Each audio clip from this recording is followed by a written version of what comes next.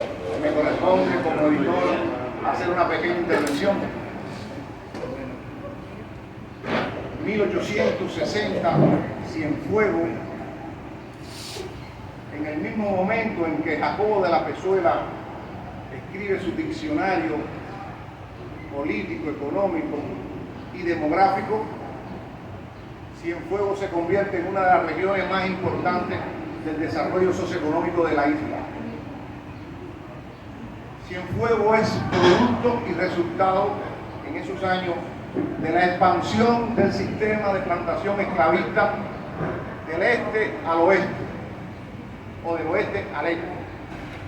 Colón, Matanza, La Habana son las primeras regiones donde se fomenta el sistema de plantación esclavista, que es un sistema de producción capitalista con mano de obra esclava. La expansión hacia el este, hacia Trinidad, hacia Santi Espíritu, hacia Trinidad, son regiones que van a tomar la rienda de ese sistema.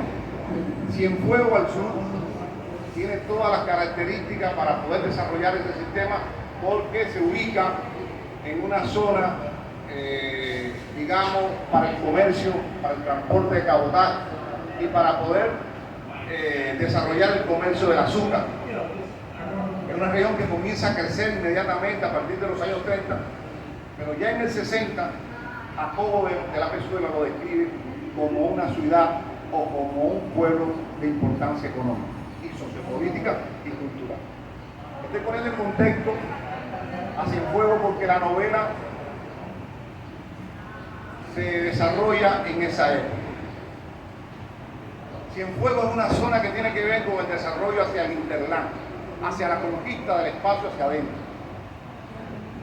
Juan Pérez de la Riva, el gran historiador, dice que Cuba en ese momento tenía dos Cubas, Cuba A y Cuba B. La Cuba B era la Cuba del desarrollo de la plantación y la Cuba B, la Cuba A del desarrollo de la plantación y la Cuba B es el desarrollo de las haciendas. Aunque en Santiago de Cuba y Guantánamo también se estaba comentando un desarrollo de plantación, pero ya en el giro de la cafetería, del café. Pero Cienfuegos crece. Cienfuegos se puebla de varios ingenios ya de calibre, de alta producción, y inmediatamente requiere de una gran cantidad de fuerza de trabajo esclava.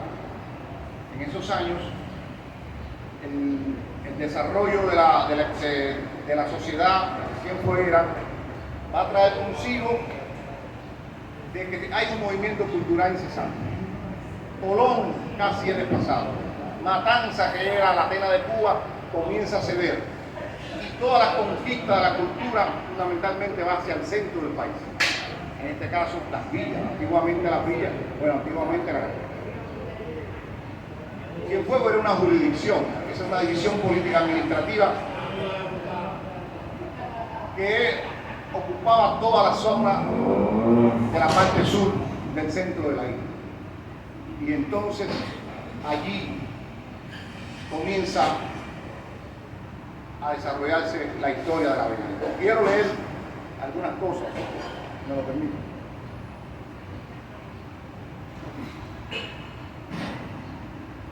Esta es una novela de iniciación, de transformación personal y colectiva. Una novela para el autor que ha emprendido una forma de astrología escritural.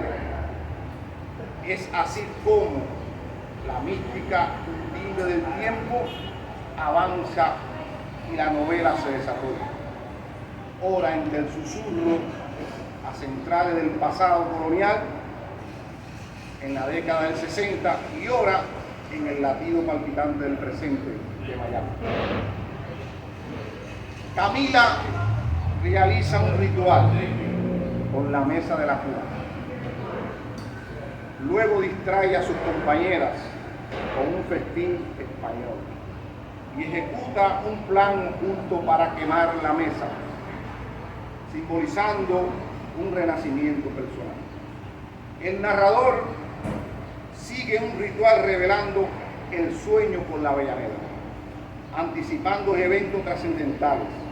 Encuentra un tesoro de oro bajo una ceiba monumental, lo que recupera y planea su futuro asegurando la riqueza con una conexión completamente divina.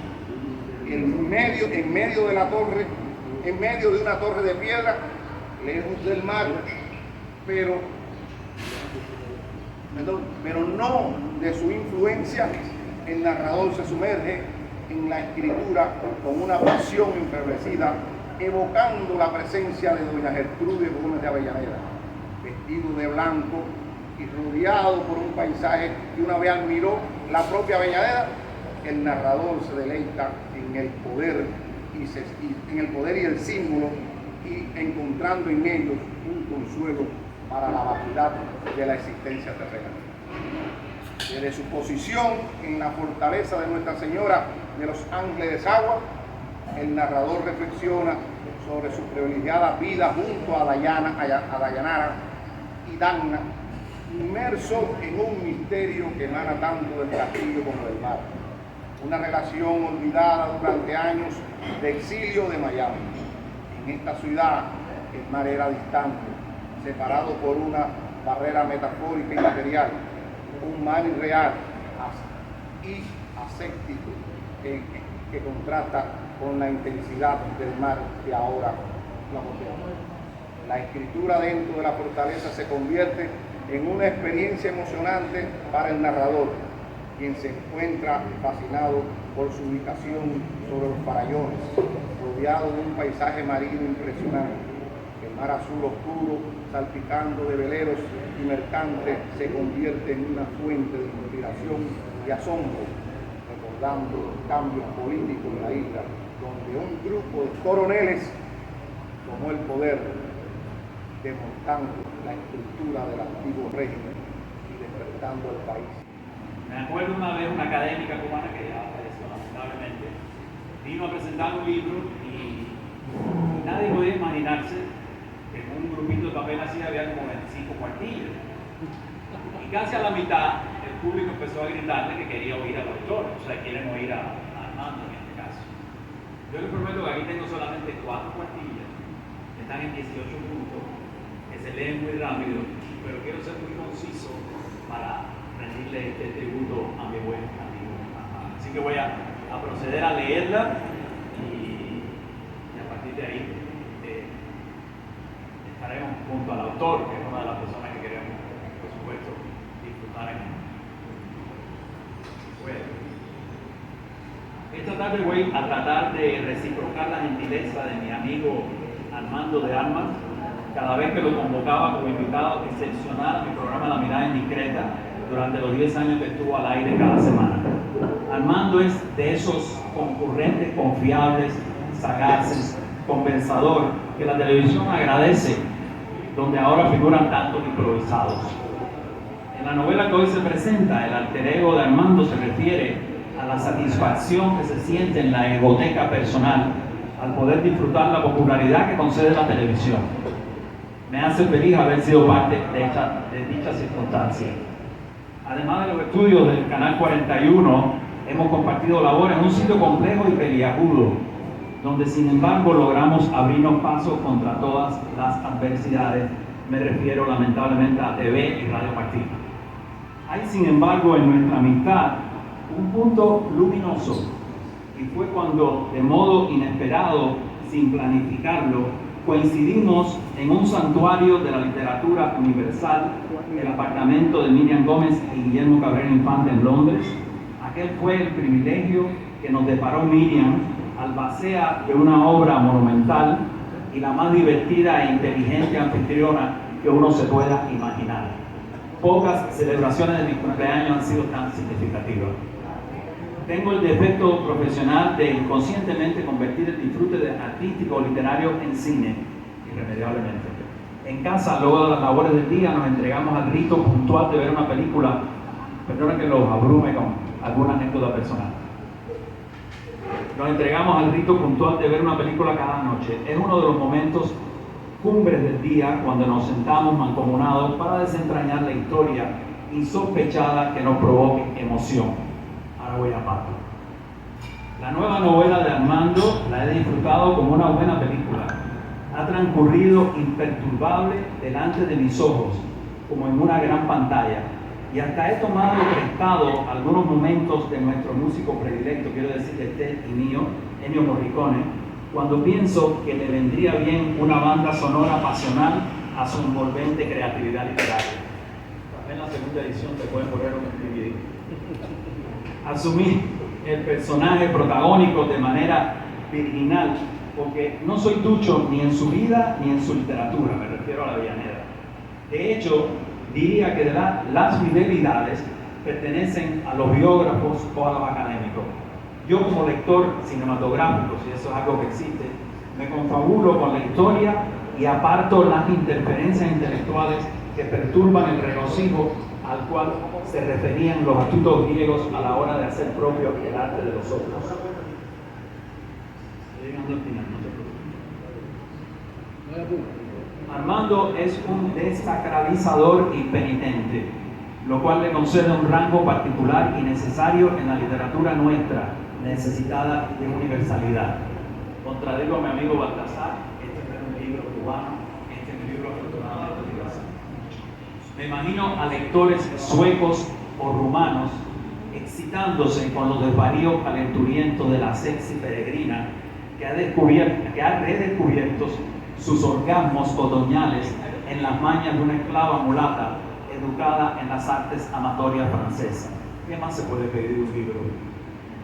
Pero a nuestro escritor no le basta con la subversión de la historia a favor de la libertad que concede la palabra, sofisticada y rítmica, sino que nos monta en una suerte de alfombra mágica, fantástica hasta la verosimilitud, para explorar las alucinaciones de la conciencia. Es literatura que discurre a veces como río transparente y otras turbio, plena imitación de la vida, para citar una película. Novela ensayo erudita, pero sin suplicio docente, a distancia del sermón. La voz del autor se transfigura en hembra o en varón, como dicta la necesidad expresiva, sin tapujos ni devaneos. No hay que ser chabacano para ser cubano. Eso lo pueden usar en un teacher. No hay que ser cubano para ser, no hay que ser chabacano para ser cubano, lo cual se nos olvida en medio del muladar de necesidades y vulgaridad que es hoy la isla de Cuba. Eso sí, la poética y el concepto se agrandan emancipados sin barreras. Armando no piensa en las consecuencias cuando pergeña el argumento.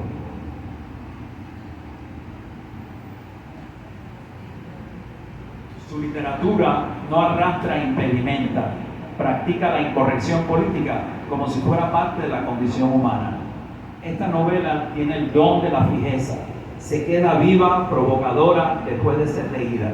La academia elevará cartas de protesta porque Armando les acaba de sacudir un ícono intocable.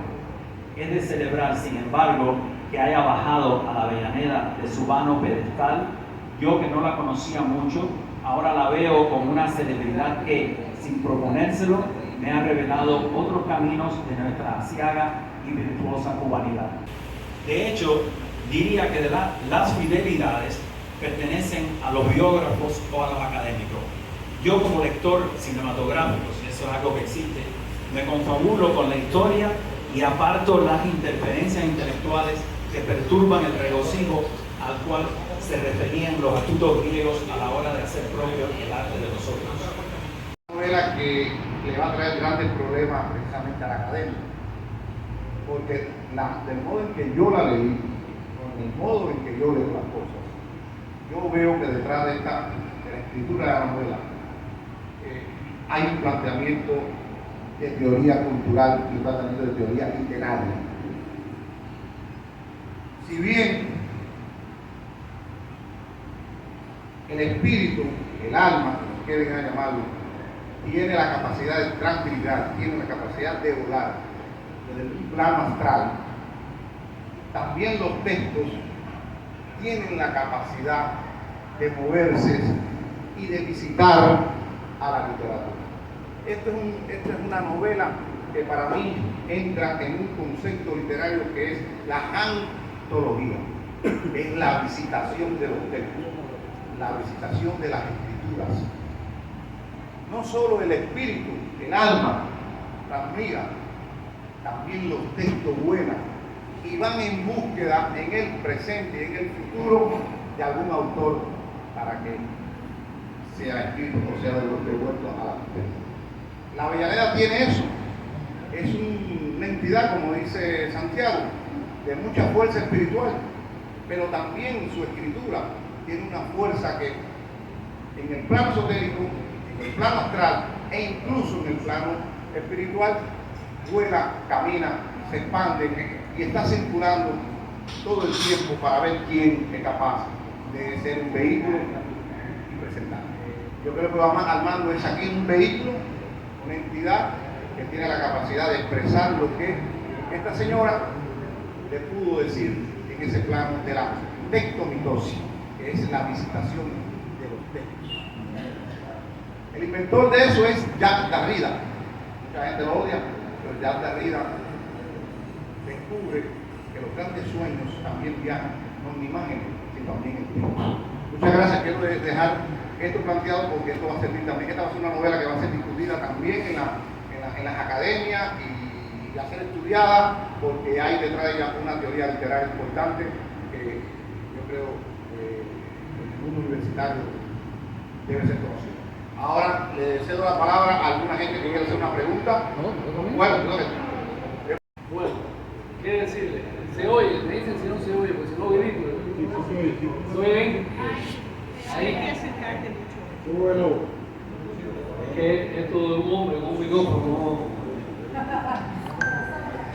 no decía que a los hombres de Costaín que nada más peligroso que un cubano con un micrófono en la boca. Bueno, vamos a empezar por los agradecimientos. A Dios primero y a todas esas personas que en Facebook, inclusive personas desde Cuba que ni siquiera conozco, hicieron un video promocionando la novela. Quiero destacar a la modelo Rachel Martín, a la doctora Liz Sierra, a la promotora Irina, a todas esas personas que le dieron promoción a este evento. Yo pensaba que no se iba a ganar hoy, pero bueno, parece que la lluvia impidió que eso ocurriera. Agradecer a la poderosa, a Elisora y a Nenocca Pérez Castillo, que me hizo una gran entrevista. Agradecer también a Manuel Milanés en su muy visto programa por YouTube, que me hizo una muy buena entrevista también. Es decir, se va a quedar muchísima gente que dio promoción a la obra y a Denis Fortune, a pesar de que casi se va a caer ahorita, eso es normal. normal es caer. Hay una chica de Cuba bellísima que si quiera hacer su nombre, que hizo tremendo video a favor de la novela, lo cual me pone contento porque ya esas fronteras ya un autor puede llegar a la isla, más un autor como yo que ha sido totalmente prohibido, aún antes de ser un autor ya era prohibido en Cuba, así que la censura contra mí ha sido probablemente de las más radicales que se hayan establecido. A mí en Cuba cualquier cosa que tuviese que ver conmigo ya era anatema, pero sin embargo las redes, las nuevas tecnologías han permitido que la gente me lea en Cuba, y ya eso es algo que en definitiva el público, aunque uno aspira a lo universal, como dice Alejandro, que se te lea la primera aspiración es que se te lea en tu tierra, ¿no? En tu territorio. Hablando de la Avellaneda, aquí vamos a partir de cosas que esto es declarar que hay cosas que uno no las puede analizar desde el punto de vista racional. ¿Cuál es el primer contacto que tengo yo con la Avellaneda? Yo estoy escribiendo mi primera novela, que es La Tabla, una novela documental, sabe qué, pero una novela rara, que son 400 páginas y son 2 párrafos, y una novela donde el inconsciente colectivo es el que habla. Y en medio de la escritura se me presenta como un ritornero que decía: yo soy la Avellaneda yo soy. Una musicalidad rara, una africanía casi, ¿no? Aquello que parecía como una rumba. Y yo sabía quién era la Avellaneda, pero no tenía tampoco, como la mayoría de los cubanos, no tenía una cabal comprensión de quién era el personaje. Y ahí está en la tabla ese ritornero, esa musicalidad. Al cabo de los años, acá en Miami, yo me entero que la Avellaneda había vivido en Cienfuegos y que yo frecuentaba mucho en la mansión donde ella habitó en Cienfuegos, que era la mansión de los gobernadores de la ciudad, que en la época en que yo vivía en Cienfuegos era un restaurante que era el restaurante polinesio y una cafetería, y yo era asiduo a ese lugar. De hecho, me despedí de Cuba en ese restaurante polinesio. Ahí está mi hijo Andy y mi hija Mata, que se despidieron de mí en ese restaurante, y al otro día yo escapé de Cuba y me gusta los vi 5 años después fue que nos encontramos, ¿no? Entonces, es un lugar, esta mansión, que tiene un significado emocional para mí. Pero yo sabía poco de la Avellaneda hasta que acá en Miami yo frecuentaba un restaurante que se llamaba El Latin, que ya desapareció, estaba ahí en el Doral. Y ahí las chicas me leían el café y a buscarse la comida. Y yo creo que lo hacían bien. Y en aquella lectura del café aparecía siempre una dama decimonónica, muy bien ataviada. Y la pregunta era, ya la chica le decían la dama. Mira, la dama apareció, la dama llegó, siempre en el café. Y un día me dice algo. No hay funciones de Instagram también que tenemos. Sí, sí, Esta sí. señora se me parece a la doña Gertrudis Gómez de Avellaneda. Y voy a mi casa después que salgo del trabajo en la noche y busco en Google y pongo la Avellaneda y imprimo como 4 o 5 hojas de imágenes de ella, y me aparezco al otro día al restaurante. Era un restaurante magnífico porque yo me escapaba del trabajo y ahí yo veía una botella de vino y me ponía a escribir otras novelas que estaba escribiendo. O sea, yo siempre he tenido mecenas para escribir. En este caso el trabajo es de lo más que hacía era escribir la novela. No puedo decir ahora que no estoy aspirando que nadie me trabaje. Entonces me aparezco en la tarde, al otro día, con aquellas hojas impresas, y le digo a las chicas que trabajaban ahí: a ver si ustedes saben quién es esta señora. Es la señora que aparece en la taza. Conclusión, esta novela está pedida por ella. Es decir, yo en circunstancias normales no hubiese escrito nunca una novela sobre la Avellaneda. Es una novela que transcurre en 2 tiempos. Tiempo histórico, al menos en 2 tiempos, pero hay más tiempo de lo que voy a hablar. Está el tiempo histórico de 1819, donde vive la Avellaneda, que se va dando en la voz de ella. Y el otro tiempo fundamental es el tiempo de Miami, donde un autor que no tiene nada que ver conmigo, que se llama Mann, que tiene 2 mujeres, y a través de la tabla Ouija, él y estas 2 amigas o mujeres o amantes tienen una comunicación con la Avellaneda, y ella les pide que ella quiere dictarle una novela que a ella le roban en su estancia en Cienfuegos. En la época en que ella está en Cienfuegos, en 1860, era una época muy convulsa.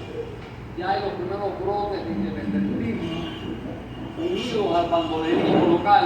Es una de las razones por la que su marido ha sido designado como gobernador de Cienfuegos, porque es un militar de carrera, amigo de la reina de España, coronel de artillería, hombre de mano dura, pero de una gran cultura. Y él es designado para que acabe con estos brotes de violencia rural que hay en Cienfuegos y cumple con esa misión que acaba ya. Pero ella es una persona que despierta mucha envidia en el contexto de las élites culturales de Cuba. ¿Por qué? Primero, ella lleva cerca de 30 años viviendo en Europa y ha recibido los más importantes premios internacionales de la época. Ha sido reconocida por figuras de la lengua española.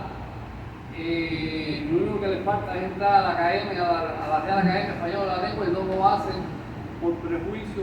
Siendo mujer no la dejan entrar, pero lo merecía más de que la mayoría de los hombres que estaban. Entonces, ella despierta muchas envidias en este contexto cultural de la isla. Saben que los cubanos caracterizamos a veces un poco por el juicio de la envidia. Y no solo envidia, sino también porque ella políticamente no tiene nada que ver con lo que estas élites culturales de Cuba están proclamando, que es la independencia. Ella se considera española, una española de la provincia de Cuba. Su patria es la patria del paisaje, de la tierra y de la sangre.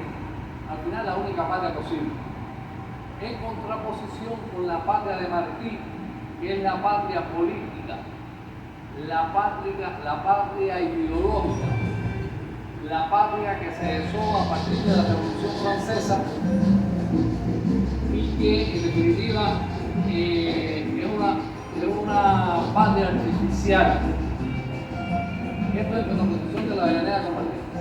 Estamos hablando de dos tipos de cosas. Está el otro tiempo, que es el tiempo astral.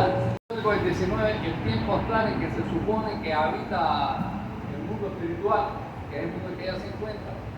Está el tiempo del Miami del siglo XXI, en que habitan este reaccionario escritor y sus dos amigas. Y está otro tiempo más, que es el tiempo en la isla en que ha habitado el escritor que asume la tarea de escribir esta novela que le han robado a ella en el siglo XIX en Cienfuegos. Estamos hablando al menos de 4 tiempos en una novela. Este tiempo que ha vivido el autor en Cuba es importante también, porque este personaje, es decir, el man, el escritor, se mueve en una serie de ambientes, de oscuros ambientes conspirativos que tienen que ver con la libertad de Cuba. Y esto lleva también a que mientras que este autor que está transcribiendo lo que ella dice a través de la luz, sufra lo mismo que ha sufrido ella en el siglo XIX, un intento de robo en manuscrito que a ella le intentan robar, que a ella le roban. Ahora, ¿qué pasa con el escritor? El escritor es un hombre que está armado, un hombre que sabe usar armas y que está envuelto hasta los tuétanos en estos ambientes conspirativos y liquida al ladrón, lo mata fríamente, lo descubre en su casa y lo mata. Ahí también descubre un tesoro en el patio de su casa que le es dictado por ella, que según a través de esta comunicación mediúnica. Y lo más importante para mí de la novela es el vaticinio que da la Avellaneda acerca del futuro que ella vislumbra para Cuba. Y es curioso que esta novela haya sido presentada hoy, que es 23 de marzo, que es el cumpleaños 110 de doña Gertrudis Gómez de Avellaneda. Es curioso también que en este momento la isla está probablemente convulsionada como nunca, y muchas de las cosas que ella vaticina aquí ya no se ven como una fantasmagoría, sino que pudieran ser inclusive una realidad. Es interesante también ver en la novela cómo ella va dándole al lector el proceso de cómo se va configurando la nación cubana, que no se ha acabado de configurar todavía. Esto es un proceso, las naciones se forman según los estudios más ponderados, al menos durante 1000 años. Nosotros no tenemos ni 300 años de historia, así que no somos todavía una nación. Y podemos no llegar a serlo, no necesariamente. Los guanajanabeyes habitaron en el Caribe por más de 1000 años y nunca llegaron a ser una nación. ¿Alguien conoce a la nación guanajanabey? Cacicagua, los pelagos en la antigua Grecia tampoco llegaron a ser nunca una nación, así que no hay por qué embullarse y pensar que tengamos que ser una nación. Entonces, pero hay algo muy interesante también, cómo ella ve muchos de los vicios que nos carcomen hoy como pueblo, ya ella los ve en su regreso a Cuba, que ella lleva 30 años fuera de la isla, y ella está paseando por La Habana en su lujoso quitín y más el fuelle, que es como una ventanilla, y ella empieza a describir el ambiente citadino, los tráfagos, las transacciones comerciales, las prostitutas, los caleceros. Entonces dice una frase que es proverbial, que alerta acerca del peligro de la cultura calecera. Es la cultura de oído, de no profundizar, de no ahondar en los problemas y quedarse en la superficie. Y señores, eso es uno de los problemas más grandes que tenemos los cubanos, que estamos llenos de caleceros. Una calecera de gente que no profundiza y oye de oídas y repite y sin llegar a entender la raíz de los problemas. Eso es algo que ella ve en su regreso a Cuba después de 30 años.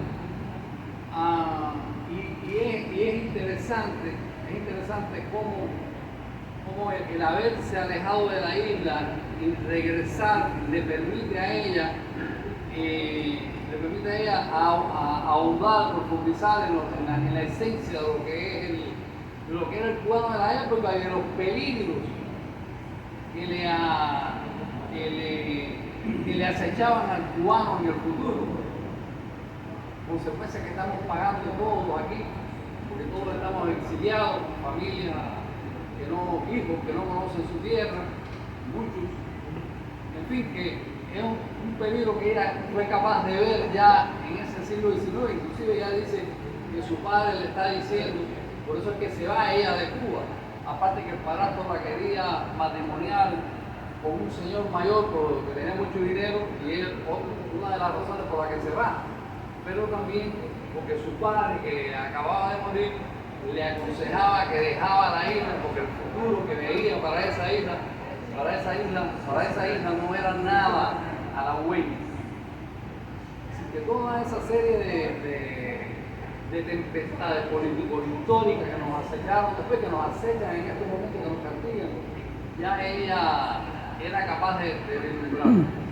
Esa es la mala noticia, pero la buena es que ella también vislumbró un futuro y un cambio político radical en la isla. En la novela hay una relación de amor, una relación, aparte de la relación que ella tiene con su esposo Verdugo, ella tiene una relación ya se dijo aquí, con una esclava, Camila, que fue esclava de una dueña de prostíbulo en Cienfuegos francesa. Esta esclava le es designada a ella por el gobierno de Cienfuegos, le designan esta esclava como ama de llaves, ¿no? En realidad para ella eso fue una relación, digamos, simplemente erótica, no es que ella, el amor en realidad es el que siente el esclavo por ella. Y déjenme decirle que yo estuve investigando para esta novela al menos 5 o 6 años y entre las cosas que descubro es que las relaciones lésbicas no eran vistas en el siglo XIX como son vistas inclusive hoy. En esa época eran no solo toleradas, sino a veces alentadas por los hombres que preferían que las mujeres tuviesen relaciones con otras mujeres antes del matrimonio, pero nunca con un hombre. Y si iban a la guerra, era preferible que tuviesen una amiga y no un amigo, cosa que me parece muy sabia por los demás, ¿no? Carro de vaca no se ve. ¿Ah? Carro de vaca no se ve. Bueno, una manera de decirlo. Lo que quiero decir con esto es que tampoco hay una evidencia histórica de que ella tuviese una relación, esto es parte de la función de la novela. Lo que sí es cierto que es que ella amaba a su marido, a Domingo Verdugo Jesús. Y hay una, para cerrar ya, la Vianera fue un personaje tan importante en su época que inclusive ¿cómo se llama el que investiga las mariposas? Entomólogo, ¿cómo se llama? Entomólogo. Un famoso entomólogo alemán descubre una nueva especie de mariposa en Cuba y el nombre que le pone es avellanera. Hay una mariposa que solo se da en la parte oriental de Cuba que se llama avellanera, porque él la compara con él conoce la avellanera de un baile y es muy gracil, según este científico alemán, la manera en que la avellanera danza, etérea, en medio de la fiesta. Y él ha descubierto la mariposa y no tiene un nombre y se le ocurre poner el nombre de la avellanera porque le recuerda los movimientos de la avellanera, y eso que ya la avellanera era una mujer entrada en años, le recuerda el movimiento de la mariposa al volar. La avellanera en la baila le recuerda el movimiento de esta especie de mariposa que él ha descubierto, le recuerda y le pone el nombre de la avellanera. En conclusión, es una figura de las más importantes. Hay dos figuras importantes en el idioma español del siglo XIX. Una es ella y otra José Martí. No tenían nada que ver el uno con el otro, ni políticamente, ni ideológicamente, pero tenían que ver en su grandeza.